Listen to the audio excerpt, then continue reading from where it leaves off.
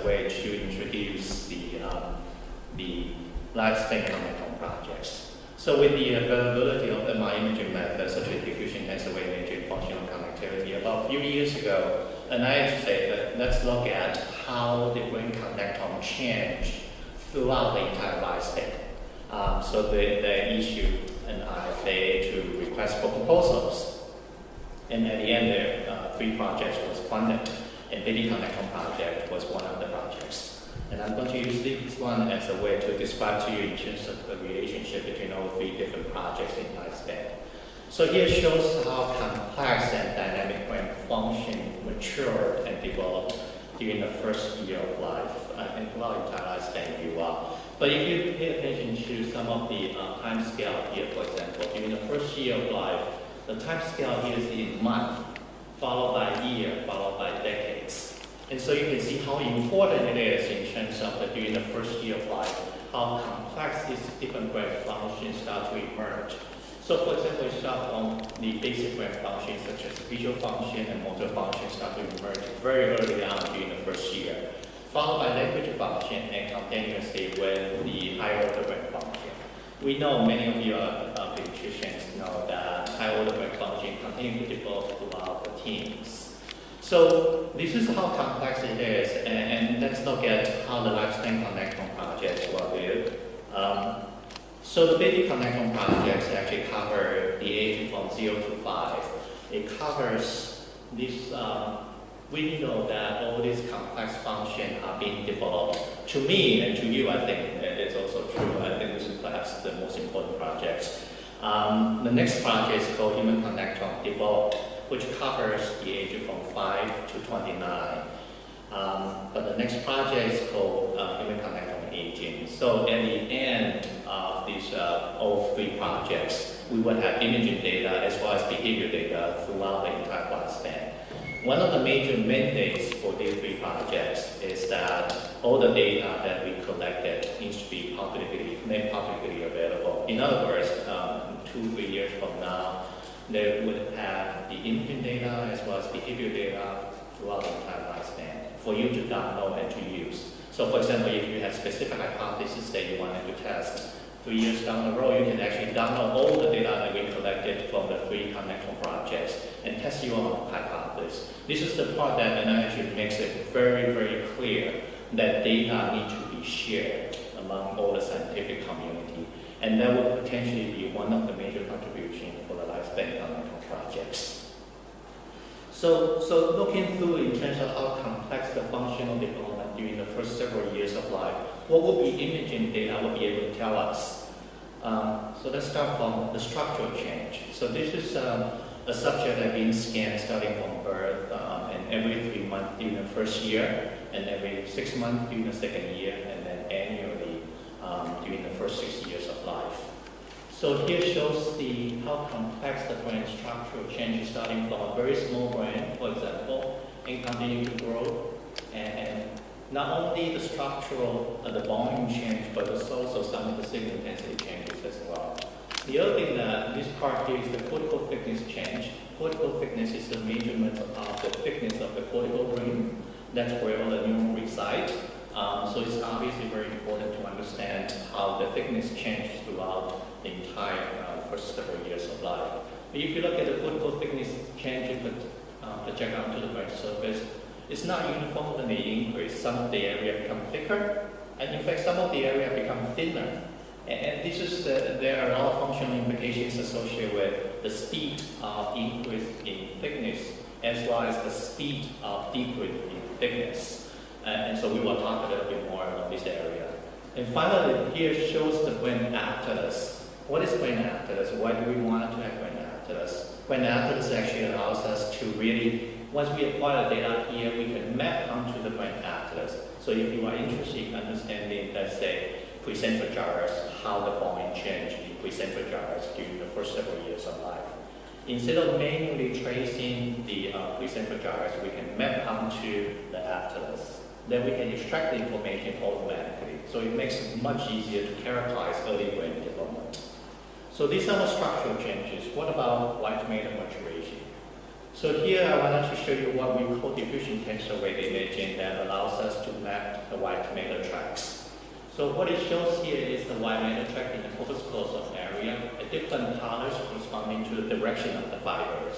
So you can see that during the first year, the direction of fiber actually does not change that much. In fact, it pretty much stays the same.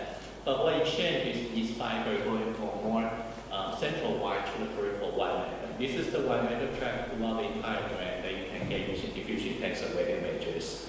So this is just a structural from the white matter tract's point of view. What can we learn about it? As we know, white matter is undergoing this maturation process. The major maturation process of white matter is myelination.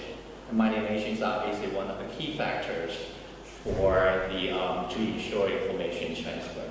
So here shows the fractional isotropy, which is a measurement of myelination. So you can see that the corpus callosum has very high myelination starting from birth, but the peripheral white matter continues to become myelinated as a function of age. So this myelination process is critical for information process and information transfer throughout the entire brain. What about functions? We look at the structural change, we look at white matter maturation. All these changes must have functional implications associated with that. So what can MR do for us to characterize for a functional maturation process? So this is a different brain network that from adults. There are a total of here 6 networks here, but there are more networks, but these are the representative networks in adults. Here shows the topology of different networks, the auditory network, sensory, and visual network. These are the 3 basic brain functional networks, as we know, governing the basic brain functions. These are the higher order brain function, including default mode network, executive control network, status network, and tensor attention network. So what I'm going to show you is how this network evolved during the first year of life. So every column that I'm going to show you represents the functional network topology, starting from birth and every 3 months, 1, 3, 6, 9, 12. So if you look at the sensory motor network, the adult network compared to the infant network during the first year, they look already very similar from a topological point of view. Auditory network also looks very similar as well compared to adults, meaning that during the first year of life, the motor sensory network and auditory network has perhaps to some extent already matured, more matured, I should say, compared to other functional networks, as you will see. What about visual networks? Visual networks actually undergo these rapid changes, starting from very small regions, extended to much larger region and become smaller region to be more similar to the primary visual cortex. So it suggests that visual network undergoing this rapid maturation process during the first year of life. But what about higher order brain function? We know higher order brain function does not develop until later part. So it's not surprising to see all these higher order brain function from a topological point of view is not as similar as adults, meaning that they will be continuing to evolve and mature during the subsequent years of life. So this is what MR can do for us in terms of to characterize the structural change, functional changes. But now I wanted to show you more in terms of what about speed of changes. So if we look at the speed of changes by comparison to the adult network, what it shows is that during the first year of life, the visual cortex is the network that changes the most. So the rate of change or the rate of maturation in the visual cortex is actually going rapidly, followed by the default mode network, executive control, and dorsal attention network. The reason why that auditory and sensory network shows no change, it doesn't mean that it's not been developing, but it just the pace is slower because they might be more mature already. So the Baby Connectome Project is actually the first project trying to utilize MR imaging as a way to characterize early brain development during the first 5 years of life. It's a joint effort, as indicated by Professor Sorrell, that we have both the University of North Carolina as well as University of Minnesota. The goal is to actually image in total 500 typically developing children during the first 5 years of life. As I will show you, that we will collect the anatomical imaging, functional imaging, and diffusion tensor wave imaging. Together with behavior and cognitive assessments, we aim to be able to map the brain and behavior relationship. So the protocol and as well as the rationale experimental design actually has been published already. So I'm not going to go into more detail on this part here, but in the next master class, which is in 11:30, I will cover more on the protocol area and how we design the protocol. But I just wanted to highlight some of the major key areas. One is that we use accelerated longitudinal design. This is very important because you cannot do an imaging study using cross-sectional study because the changes is so variable from subject to subject. The best way to do it is a longitudinal design. The other thing is, as I mentioned, these are all typically developing children. And I don't know how many of you, I'm sure many of you knows that MR is very, very sensitive to motion. And since these are all normal children, unlike patients, you can lightly sedate them and imaging them so that you get high quality images. These are normal developing children. Obviously, we will not be able to do any sedations. So think about you have children at home. Think about asking them to keep still for a minute. You will be lucky that they keep still for 5 seconds, right? So it's actually very challenging for us to actually imaging children without sedation inside the MR scanner. And our team developing many different strategies, which I will share with you some, but more detail in the master class. So what we have been doing is that for children younger than 3 years of age, that we imaging them during the nature sleep. But children older than 3 years, they will be inside the MR scanner watching movies. So obviously there are some unique requirements, unique challenges, if you will, for imaging pediatric subjects 0 to 5 years of age without sedations. And compared to adults, those are not necessary to be an issue, but when you look at the pediatric subject, that becomes a major problem. One is no sedations allowed, so we have to minimize motion artifacts. This is a subject we need quite a bit inside the MR scanner. Obviously, he was not happy inside the MR scanner, so we moved quite a bit. What about in this situation, the MR imaging quality will look like just like this, and obviously we will not be able to analyze any structural changes with this type of imaging quality. So we need to keep the data acquisition time as short as possible that is tolerable for children. So typically we try to keep the acquisition time within about 30 to 35 minutes in such a way that to ensure we get high quality images. The other thing is also the brain obviously smaller. When you deal with a smaller brain, you need to make sure that you have sufficient spatial resolution from an MR imaging point of view to be able to characterize subtle structural changes. Finally, actually, this is something that has been overlooked by many different groups. There are many different image analysis tools available for you to do segmentations, but these tools actually are designed for adults. And so when you apply these tools to children, actually, they don't work. So our team actually developed a lot of novel tools that allows us to characterize early brain development. So how do we try to minimize motion artifacts? There are several things that we do, and I kind of divide them into 3 segments: before the day of imaging, during the day of imaging, and after the day of imaging. I'm not going to show the video in the interest of time here, but we always send out videos, a DVD to the parents, and so the parents can watch the video together with the children to make sure that they know what's going to come when they come into our imaging center, what's going to happen. And this is critically important because you want the children to feel comfortable when they come to the imaging centers. So this is one part that we do. The other part is actually we have a mock scanner. This is a token scanner, if you will, that the children comes and we train them inside in this mock scanner here. So it's not a real MR scanner, but they can play with it. So we have the training sessions. During the day of imaging, it's very important. You don't want the kids to come into the imaging center feeling like they are going to clinics or going to a hospital environment. Obviously, no kids like going to clinics, or no kid likes to be seen by you guys. So it's very important in a way that to make sure that they feel comfortable. So this is our waiting area, so that you come to our imaging center. We divide into 2 parts, the adults and children, for children.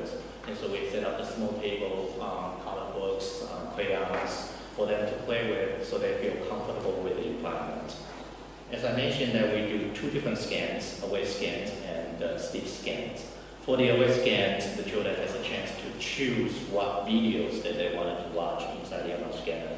You will be surprised that some of the kids, once they start watching video, they don't move. They keep still, very, very still. So this is perhaps a good strategy. In fact, some of the kids, they didn't even want to come out because they have now finished watching their video yet. So this is for sleep scan, it's actually very important to set up the environment correctly. So we have this signage outside the doors into the hallway. If they're a baby study, then only essential people will go in. So this is just how we set up while doing the sleep scan. The lights will be dim, and I don't know if you can see, there's a rocking chair here. A parent trying to come down the child for the imaging studies. It's very important to put up the earplugs. This is critical because you wanted to protect their ears, and why it's very loud, and it's something that's critically important. After the day of imaging, we do behavioral assessments. We do age-specific behavior assessment. Longitudinal study is always very important to keep contact with the parents, to keep contact with the child as well. We send out the birthday cards, holiday cards, for example, just to continue to engage them. So with that effort, you will be able to acquire very, very high quality anatomical images like what has been shown here. This is a 4 years old kids throughout, and with this type of image quality, obviously you will be able to analyze the data. But acquire high quality images is just the first step. You can look at the images, but the important part is how we quantify it. To quantify the early brain development, you are to be able to look at structural change in a very detailed way. But it's actually very challenging. If you look at this one here, I'm showing you a subject starting from birth and during the first year. Not only the size of the brain changes, but also the signal intensity changes for the same tissue type. So if you look at T1 weighted images here, so if we look at gray matter, it's actually start from high signal intensity. At 1 year old, become low signal intensity. So the signal intensity actually changes for gray matter. What about white matter? It actually go in the opposite direction. It starts from low signal intensity and become high signal intensity. So somewhere along the line, there's a crossing point, which makes the contrast between gray and white become iso-intense. And this typically happens about 6 months of age, which makes it extremely difficult to segment out gray matter and white matter, since gray and white have totally different functions. So it's very important for us to separate these two functions, these two tissue types. So our team actually developed the dedicated imaging analysis pipelines that starting from pre-processing all the way to registration and et cetera, et cetera. But I will go into more detail in the master class as to how this is being done. But let's assume that you have all the tools available. What can you do about all these tools? The first thing that we will look at is what about the growth volume changes in the brain? Here shows the change of gray matter and white matter during the first 6 years of life. The dashed line here corresponding to every year. So even though it's a gross measurement of gray matter and white matter, it's already showing a lot of information.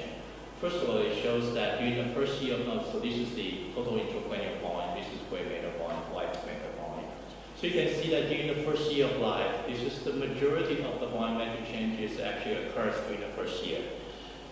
UR connections and penetrations, you know the brain starts from very small, but during the year 1, the brain becomes this big. And this is what is shown here right away. And more importantly, this growth in volume, in size of the brain is actually majority contributed by the growth of the gray matter. And white matter actually changed quite a little actually during the first several years of life.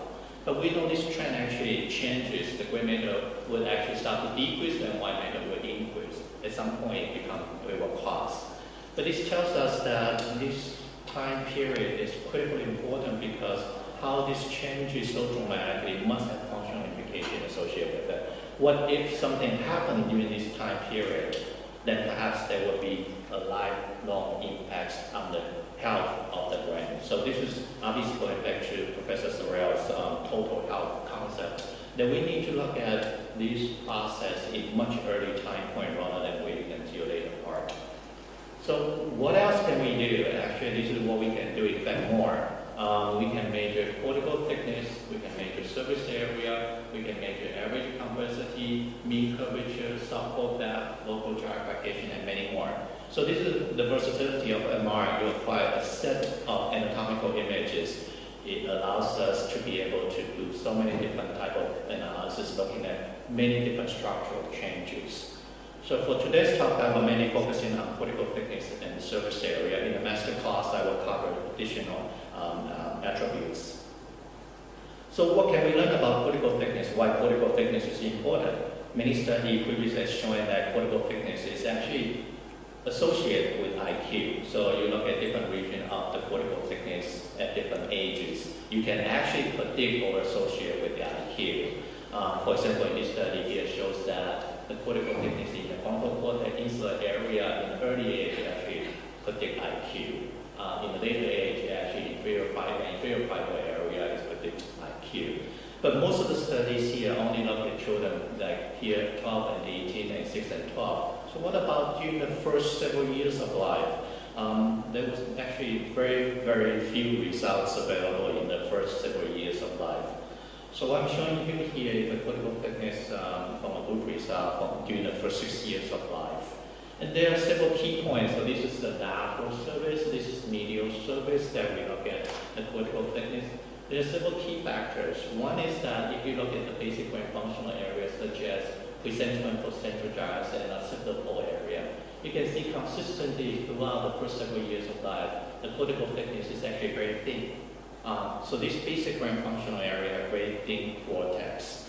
But if you look at the frontal lobes area, for example, we start from very thin and continue to expand or continue to become thicker and thicker. About 18 months old and 24 months, but 36, it starts to become thinner. So cortical thickness is not continuing to become thicker and thicker as a function of age. In fact, it goes thicker and thinner. And this is the well-known in terms of the synaptogenesis followed by synaptic pruning. Synaptic pruning leading to elimination of the redundant connections. And so it actually been showing the cortical thickness here. But in addition, if you look at two major areas of our brain that govern higher order brain functions, such as the frontal cortex and temporal cortex, you can see the pace as well as the features are very different. The frontal lobes start to become thinner and thinner, but the temporal lobes continue to be pretty thick. So how does this compare to the adults? So this is actually an adult cortical thickness, exactly the same power scale. What you can see here is that it's much, much thinner in the frontal lobe compared to the temporal lobes. Insular continue to be very thick, meaning that the frontal lobe will continue going through extensive thinning process, but not temporal lobe. And that might have some implications associated with the aging process. We know the aging process starts from temporal lobes, not from the frontal lobe. So this is another part that we are also very interested and excited about, to learn how the acceleration during the early childhood can potentially help us to understand the deceleration in the later part of life. So I'm just summarize for you in terms of the cortical thickness during the first 6 years of life. And here shows the motor sensory and visual area. So one thing that you can learn right away is that they reach to their peak at different time. So for example, the visual cortex reaches to the peak about 6 months, but the motor sensory at around 12 months. The other thing that's also important is that the visual cortex starts to show thinning already very early on, suggesting that the function specialization or synaptic needs actually start very early for visual cortex. What about high order brain functional area in the prefrontal cortex? So I plot out the prefrontal cortex for you. It's very, very different. First of all, it's thicker compared to the basic brain functional area. All these prefrontal cortex is thicker. The other thing is also they become thickening much, much faster pace compared to the basic brain functional area. So it grows very rapidly. In fact, I wanted to highlight 3 regions just for the comparison. So here is the dorsolateral prefrontal cortex and orbital frontal cortex, and dorsomedial prefrontal cortex. This is even more apparent that it reaches to the orbital frontal cortex, reaches to its peak at 12 months and showing substantial thinning process in the orbital frontal cortex. The function of the orbital frontal cortex is associated with sensory integrations as well as reward. And has been implicated is associated with the attachment. We know that infant the attachment is a huge factor to improve health of the infants. And so this is perhaps one of the underlying mechanisms in a way that why cortical frontal cortex undergo this cortical thinning or synaptic pruning so early in times, because of the attachment process. So cortical thickness is just one thing. If you look at one voxel of the imaging voxels, you can parse it into thicknesses as well as surface area. So surface area is also another thing that is critically important. Why?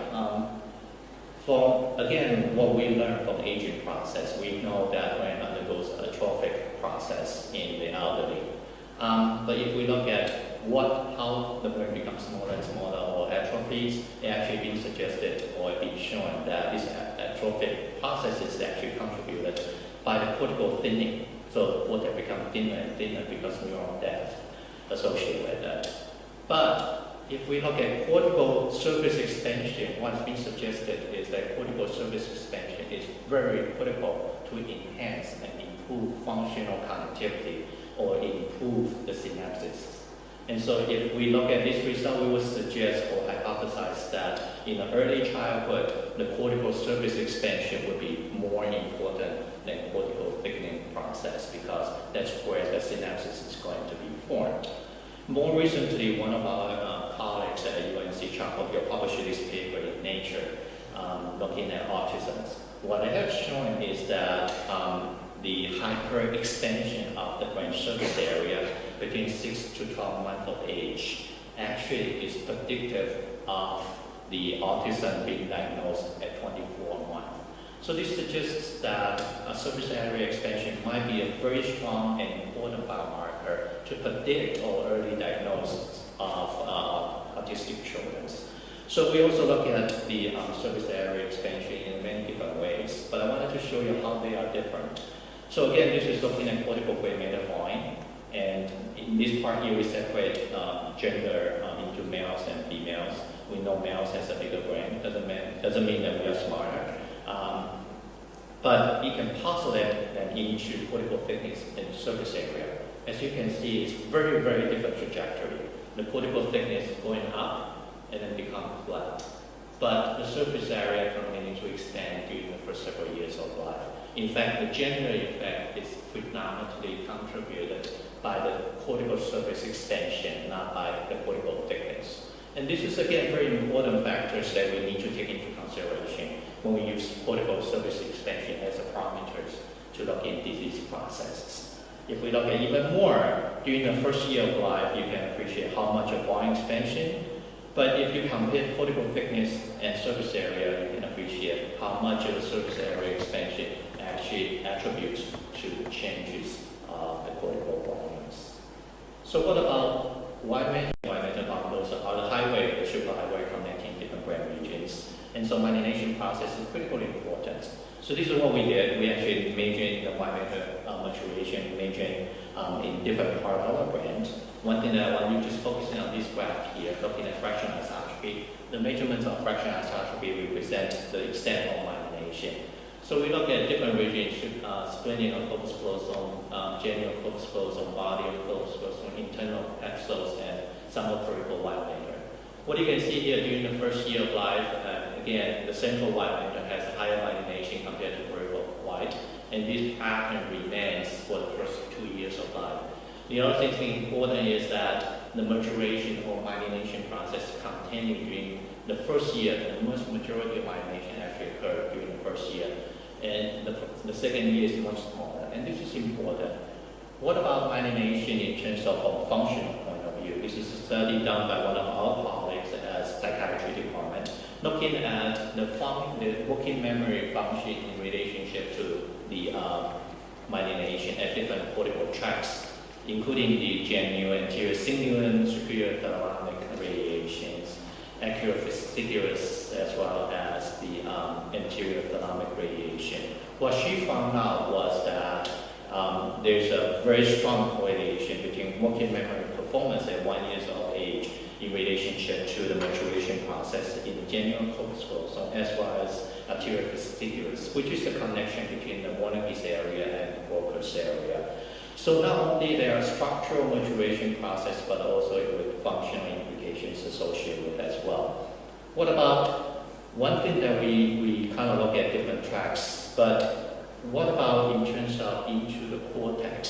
So if you pay attention to these beautiful tracks here, if we magnify a little bit more, what happened here is all these tracks kind of stop at the cortex. It doesn't mean that the white matter bundle does not permeate and integrate, innovate into the cortex simply because diffusion tensor wave imaging has very limited resolution.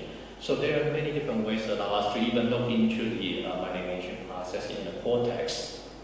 We know that cortical layer, the cortex has 6 different layers, but if we standing for myelins, they actually show also very different patterns associated with different layers of myelin contents. So obviously there are some functional implications associated with it.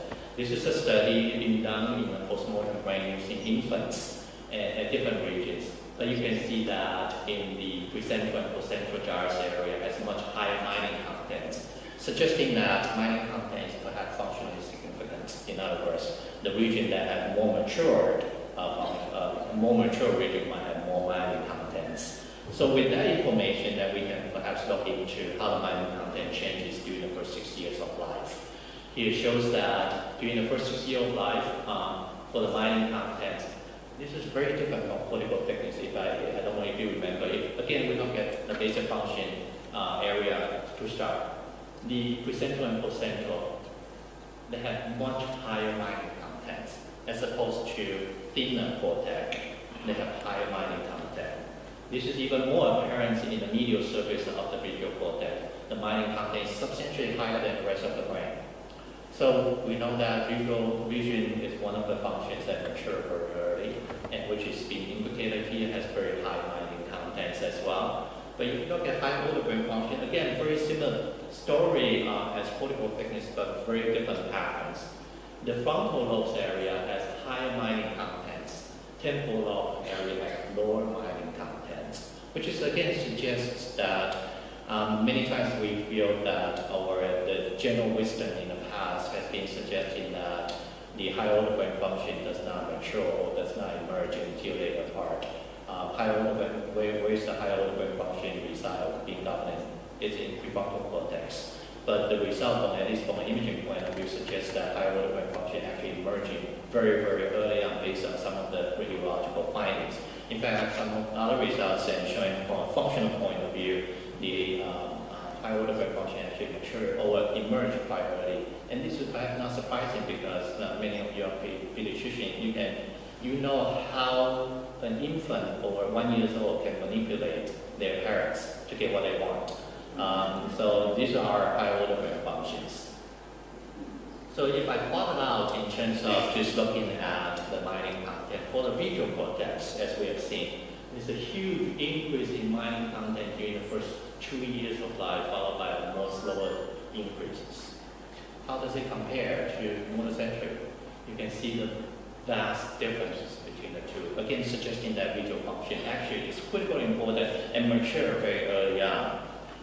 So with all these structural changes, and now let's come to the functional implications associated with these structural changes.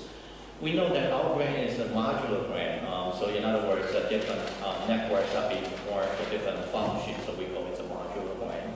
And our brain is, even though it's a very small organ, it actually utilizes about 25% of the glucose. So it uses a vast amount of energy already. So this is the part, our brain would take all the energy it could, but clearly we need to make sure the entire body is equally shared. So our brain the network in the brain what it's trying to do is actually try to optimize the efficiency while at the same time to minimize the cost. So our brain is actually a very, very efficient organ that governing all these neuron connection as well as different functions, yet only use a quarter of the energies. So how does it work? If we look at from a network topology point of view, this is 3 different network topology, and let me just explain to you a little bit. What I show here is the cost go in this direction high, and efficiency also high in this direction here. Let's look at the first one, which is the lattice topology. Let's assume different region of the brain is actually connected together by its adjacent regions. So this will be a very low cost topology because every region only needs to transfer information to its adjacent neighbor. So it does not take a lot of energy to do so. But it's very, very low efficiency because can you imagine if the information going from here wanted to reach here has to go through so many different steps? That's obviously not very efficient. What about this one, the random network, which very different from this one? They have a lot of long distance connection, the one-to-one connection. This would be the most efficient way because the information does not go through multiple steps. It can directly communicate between the temporal area with the frontal lobe. But this is very high cost because all these long distance connections require a lot of energy. So what our brain does is actually come up with this network process called the complex topology, where it has some of the local connections but few long distance connections. So it allows the information to be communicated locally very efficiently, but at the same time, in certain area, it can transfer information to a long distance. So this is a very, very efficient network, and this is called the small world networks. And in fact, if you pay attention to some of the, some of us travel from the United States and from different parts of the world. This is the pattern, this is exactly the same way that airline company uses, where that you have hub, so you have to fly from a small town into a big hub and in order to go to different places. And that's the reason why the airline company has adapted the system in the brain for a very efficient brain functional network process. What can MR do to characterize this brain functional network? This is a resting functional MR study, and I don't want to dwell you on this part here because it takes a lot of just trying to understand this part here. But this is the way that we characterize brain function, which allows us to establish different brain functional networks. I will go into more detail in the next part of my talk.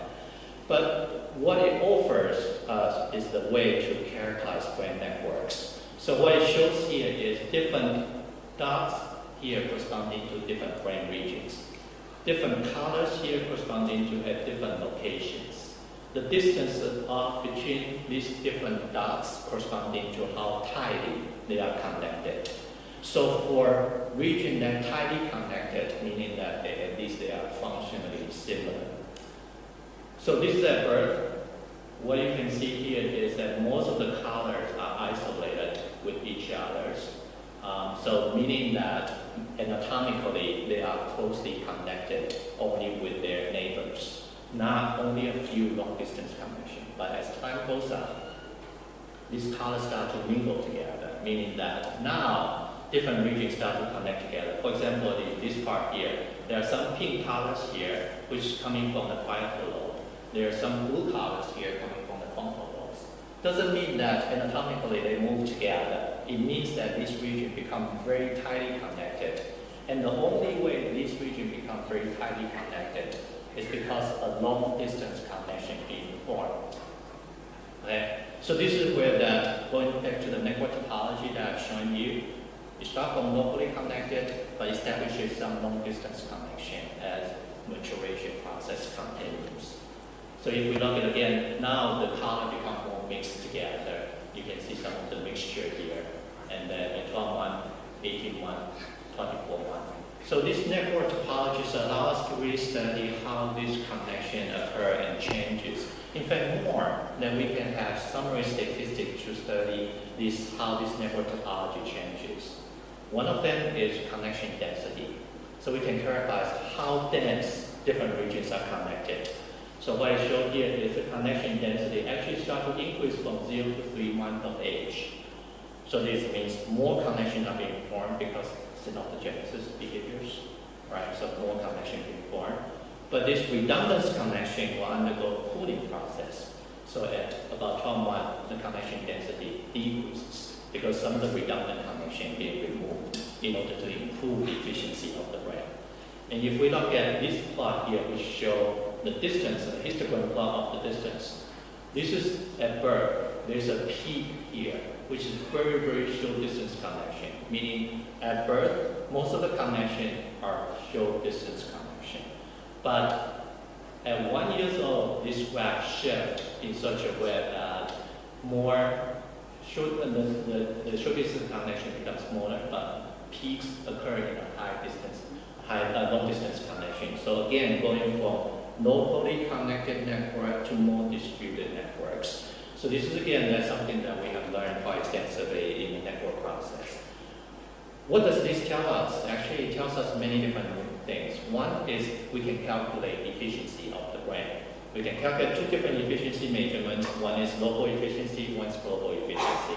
Local efficiency defines as well how efficient the information being transferred in the local region. And global efficiency, obviously, looking at the brain as a whole. So you can see the local efficiency continues to increase until about 12 months of age, and it actually starts to decrease. And this is not surprising because, as I showed you previously, the local connections start to decrease, and which in return increase the long distance connection. The long distance connection that being established actually help us to improve the global efficiency. So we start from a local efficient brain to become globally efficient brain as the network continues to change. So this shows that our brain going from this type of network become this type of network as a function of age, become more efficient. The way that we can calculate, further characterize this process is called Small-Worldness measurement. And this is the higher this value corresponding to the higher the efficiency of the brain. So what else can we do? We actually can also characterize the maturation process of different functions. And again, this perhaps you can just look at this index here as the maturation index, if you will. And so if we look at motor, sensory, auditory, visual functions, you can see the maturation index improves substantially in the visual function and some auditory function, but not so much in the motor function, because the motor function are more matured.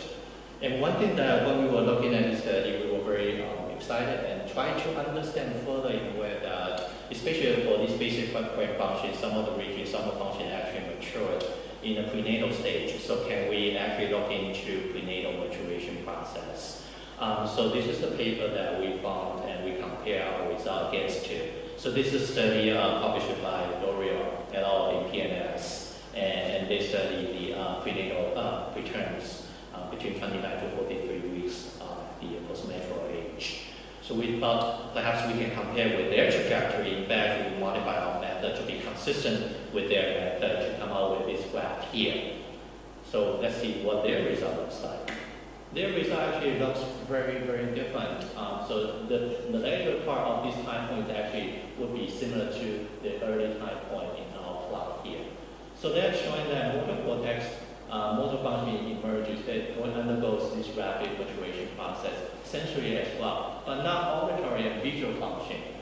And this to me is very important, perhaps that in NICU, the environment might be very different. It does not stimulate auditory function and visual function maturations. As a result, that is very different curve. So it shows going downward rather than going upward. And so if we try to link these two curves together, it will show going down and increase. Is that true in a normal brain developmental process? Perhaps not necessary, because the environmental effect, we know auditory function and visual function require environmental input into it. So this is something that we start to look into. Can we do fetal imaging in normal development children to understand whether or not the curve is very different from preterm babies? Higher order brain functions are obviously more different compared to the two. But one thing that I wanted to kind of end my talks with, going back to Professor Sorrell's total health concept, is how we leveraging the Baby Connectome Project together with another study we call BCP-Enriched Studies. So the Baby Connectome collect all the information here. The BCP-Enriched actually collect additional information, particularly nutritional information. We look at feeding practices and also looking at breast milk samples, my home environment, and microbiota. So what can we do? With this, we collect the different information here. For the nutritional intake, we collect breast milk samples as infant formula fat. We also look at maternal childhood and maternal and childhood intakes as well. For the microbiome, we collect fecal samples from all the babies. Sleep quality, looking at sleep questionnaire because it's obviously important from a cognitive function development point of view for sleep quality. Environmental effects, home stimulations. So we collect all this information, trying to understand how the complex interactions between all these different processes together with the imaging data. So now it allows us further enrich the data set to further understand how different factors might affect brain functional development during the first several years of life. Just to summarize, one of the major areas that we are focusing on is microbiome. And we know that microbiome in our body that has so many microbes, particularly the gut feeling, that's where all the microbes reside in the gut, that bidirectional interactions, and how this microbiota community changes. There are so many different factors that affect it. For example, the mode of delivery, vaginal birth versus cesarean birth, the antibiotics uses, breastfeeding versus infant formula feedings. All these will change microbiota environment and how microbiota environment might affect brain function. Obviously, that's the part that we are very, very interested and wanted to learn more. Just kind of show you how it changes the feeding practices that will change microbiota environment. I only wanted you to look at these two graphs here. This is the exclusive grass-fed versus the exclusive formula-fed. These two bacteria are very different. This is the bifidobacteria, this is the Bacterolis. And bifidobacteria is important because the synthesis is associated with HMO, human meal oligosaccharides. And you can see right away that they are very different distribution just because the feeding practices are different between these two populations. So it has been suggested that the feeding practice might affect cognitive development, and perhaps the gut plays certain roles into it. One of our colleagues from Psihiatry department published this paper looking at how microbiota actually associated with cognitive development at 1 year of age. So he collected all the data. The important part is that clustered into 3 different clusters based on her result. So cluster 1, 2, 3. The cluster 2 had very low factor Bacterium, very high Bacterolis. And what happened here is cluster 2 actually has much higher the Monas score, particularly for receptive languages and expressive language. Perhaps suggests that microbiota environment has a large role that perhaps more than we thought affecting the cognitive development. But this is, again, additional study needs to be further confirmed how these different bacteria, different communities might affect the brain development.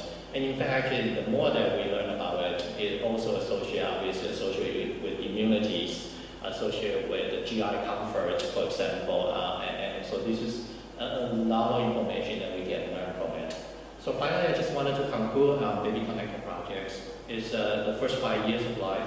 We are going to move even earlier. So currently, we are actually looking to the fetal images to imaging children in the uterus, so that we can better understand the functional development and also the interaction with the parents. So finally, I wanted to thank my team. All the work has been done by these very, very talented investigators here. So thank you very much for your attention.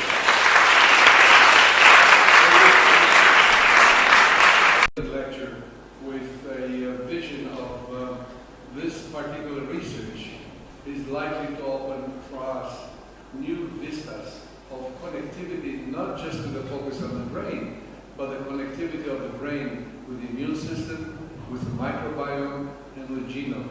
And obviously, Professor Myelin, although we did not talk about this before, he anticipated some of this, and we're very grateful to you for both connecting your extraordinarily elegant and groundbreaking research with the opportunities that it opens, not only regarding the functions of the brain and its implications for health, but also its connection with the microbiome and eventually with the genome and so forth. So The floor is open, but I just wanted to make a couple more comments that inspired my presentation.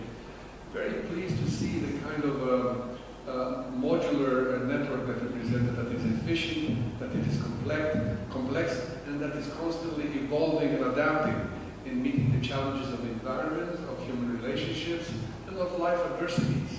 And I'm so excited because, I am passionate about the integration of care and total health, as Professor Lin generously refers several times in his speech, my concept of total health. But I'm also very interested in my specialty, that I'm a psychiatrist, and I consider the brain to be the organ of psychiatry, but it's not the exclusive psychiatry. But I think we're on the cusp of extraordinary new discoveries. They have value in themselves by virtue of bringing positive knowledge, but also it opens new hopes for new innovations, for new pathways for truly bringing public health into the practice of medicine, where primary prevention, health protection and promotion, and illness prevention will all be open, new vistas will be open through this research. Thank you very much. Please come to the microphone, whoever is most courageous to break the ice. Tell us who you are and tell us what your question or comment is. Please, go ahead. Anybody courageous enough? There is one courageous person there. Yes, tell us who you are, please.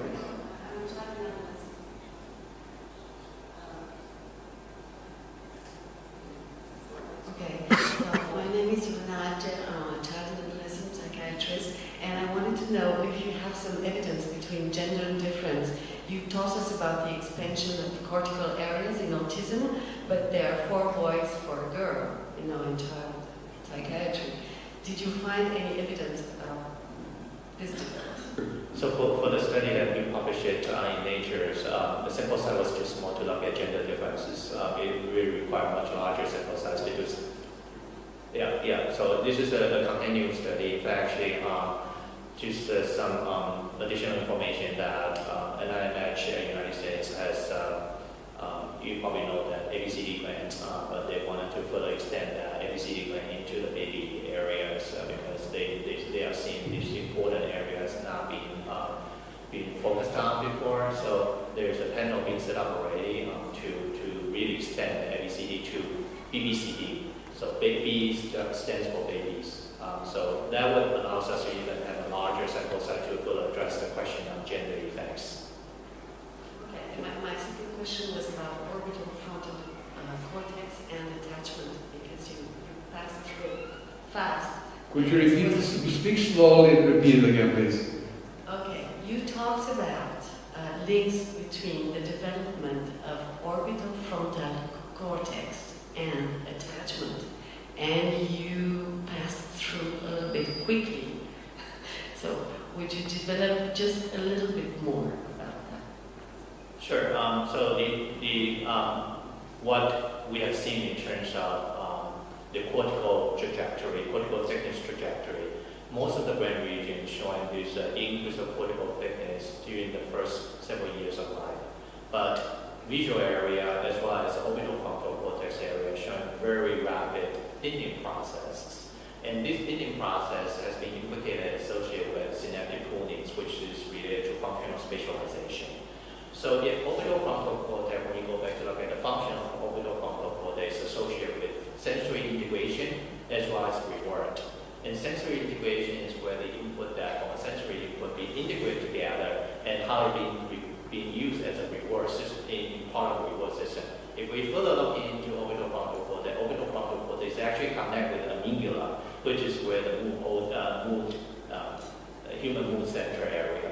So putting everything together, we hypothesize that this early thinking process in orbital frontal cortex is directly related to the attachment process. And so this is a part that we are trying to use the information that we gather from Baby Connectome. One of the questionnaires as well as measurements was related to the interaction between the parents and the child. And so that's the part that we are trying to directly map out the relationship in the cortical thinning process in the orbital frontal cortex in relationship to attachment. Any other courageous flourished.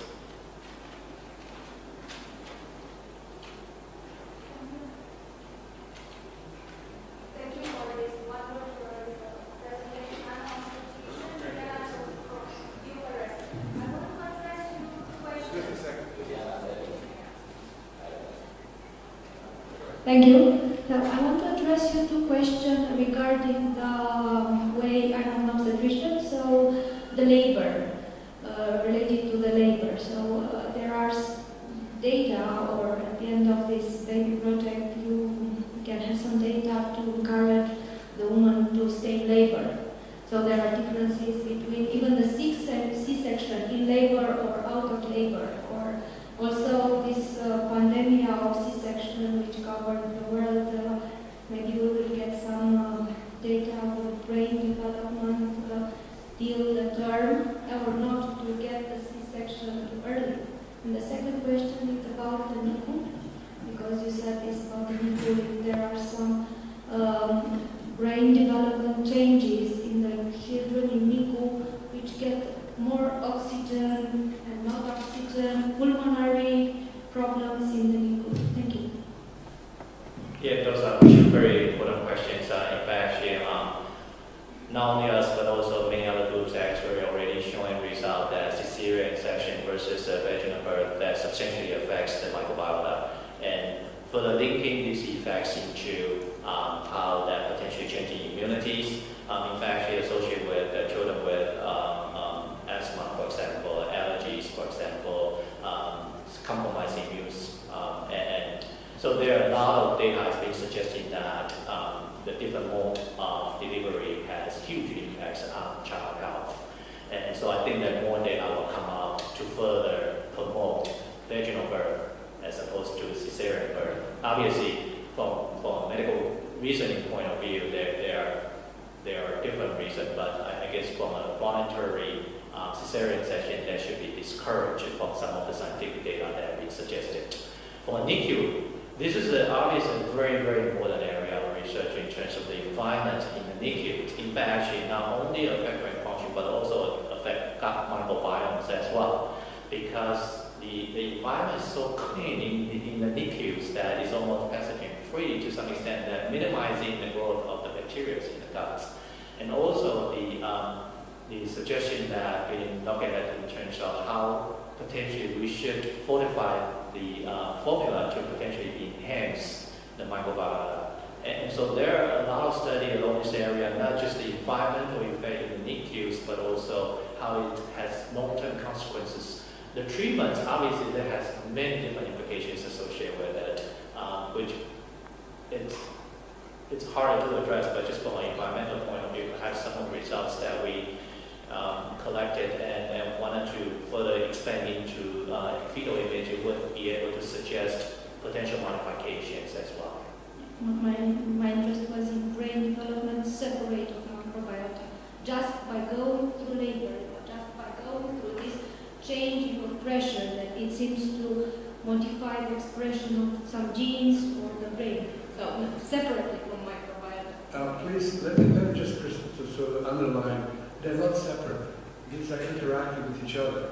Yes. So what Professor Lee just mentioned already is that the benefits of the vaginal delivery, in fact, promotes that integration between the brain and the microbiome, and the C-section undermines that integration. Thank you. Anyone else?